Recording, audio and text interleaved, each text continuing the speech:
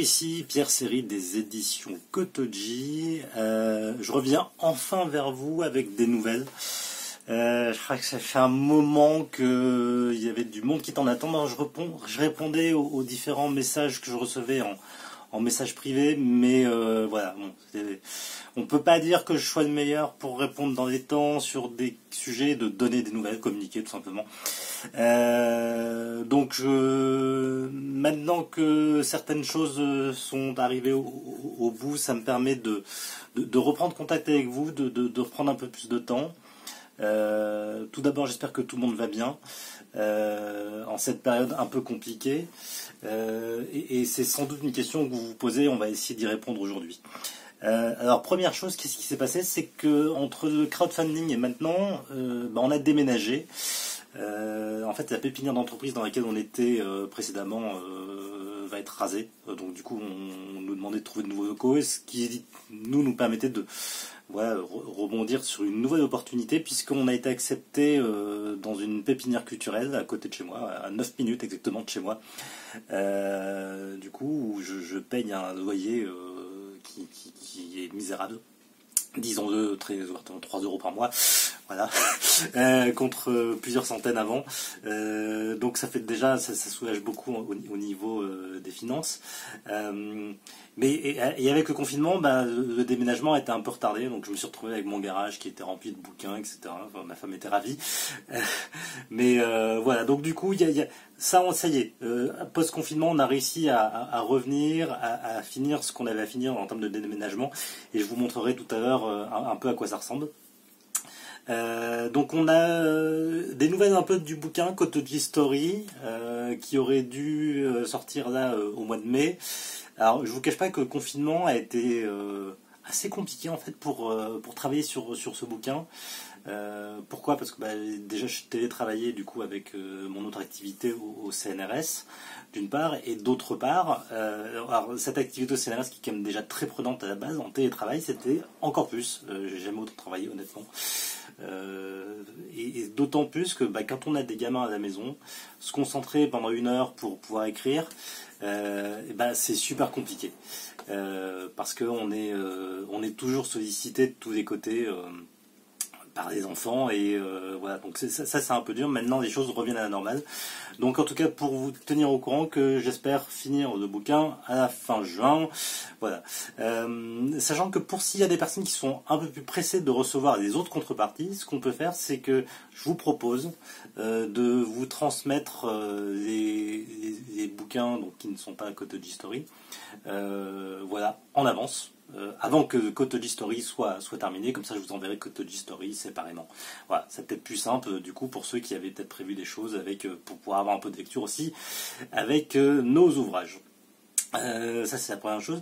Donc voilà. Donc j'espère pouvoir boucler tout ça d'ici fin juin. J'ai avancé vraiment beaucoup sur le bouquin là, ces dernières semaines depuis la fin du confinement. Et puis écoutez, là je vais vous proposer juste après de visiter nos nouveaux locaux. Alors nos nouveaux locaux, donc c'est une pépinière culturelle qui est basée à Toul. Pour ceux qui ne connaissent pas, c'est à côté de Nancy. Et pour nous, en fait, finalement, c'est la perspective de nouveaux projets et qui vont nous permettre de pivoter sur notre modèle. Alors je vais vous expliquer, plus j'avance dans le temps, plus je me rends compte que le monde du livre tel qu'on le connaît, et on le voit aujourd'hui avec la crise, avec la fermeture des librairies, c'est que on est très dépendant des ventes en librairie, et ce monde-là est alors ce que j'appelle un monde des gros fait pour les gros avec les gros. Il y a toujours des exceptions, mais en tant qu'éditeur indépendant, pour s'inscrire sur la durée dans ce modèle-là, qui reste toujours fragile, puisque un échec en librairie peut être très impactant pour une petite structure comme la nôtre, ou une fermeture pendant 2 mois avec un confinement peut générer de grosses catastrophes, et je m'attends à ce qu'on ait des annonces de liquidation de nombreux éditeurs d'ici la fin de l'année, malheureusement. Et donc, du coup, voilà, je me dis ne plus se reposer vraiment sur ce modèle. Comment faire? Alors, en fait, on va bénéficier de ce lieu. On a 1000 mètres carrés ici. Et alors, mon bureau ici ne fait que 9 mètres carrés, mais ouais, 10 mètres carrés, on va dire. Mais du coup, exploiter tout cet espace par ailleurs, qui doit nous permettre du coup monter des ateliers manga. Ça fait des années que je voulais faire ça. C'est un vrai marché qui est intéressant, qui doit nous permettre aussi de payer nos auteurs locaux pour qu'ils puissent travailler, hein, tout simplement. Et générer des revenus en dehors des livres, d'une part, et d'autre part, du coup, créer des petits événements. Alors, je ne vais pas créer des grosses conventions, voilà, c'est pas avec 1000 mètres carrés non plus qu'on fait ça, mais voilà, des petits événements autour de la culture geek, de la culture manga, qui vont nous permettre, pareil, de générer de la billetterie, qui va nous générer du chiffre d'affaires, et des revenus, en fait, qui vont nous aider, finalement, à financer nos bouquins. Donc du coup, quand on sortira nos bouquins, ils seront déjà financés par ces autres activités, qui nous permettront de ne plus être dépendants des ventes en librairie. Et au final, on essaie de retrouver un cercle un peu plus vertueux, qui nous permettent alors, de préfinancer nos bouquins sans, entre guillemets, faire la manche, entre guillemets, je dis bien entre guillemets, faire la manche avec du crowdfunding auprès de nos lecteurs. Et du coup, derrière, tout ce qui sortira en librairie ne sera que du bénéfice, et ça limitera énormément notre risque, puisque que le livre se vende ou pas, on ne se retrouvera pas avec une situation catastrophique comme on a pu l'être ces dernières années. Voilà, en se disant si mon distributeur ne me paye pas dans les temps, je fais comment ce mois-ci, etc. Donc on va être dans un système beaucoup plus simple. En tout cas, moi j'y crois beaucoup. C'est un nouveau rebondissement, je dirais, pour nous, une nouvelle vie. Et voilà, en tout cas, on est assez serein sur ce sujet-là.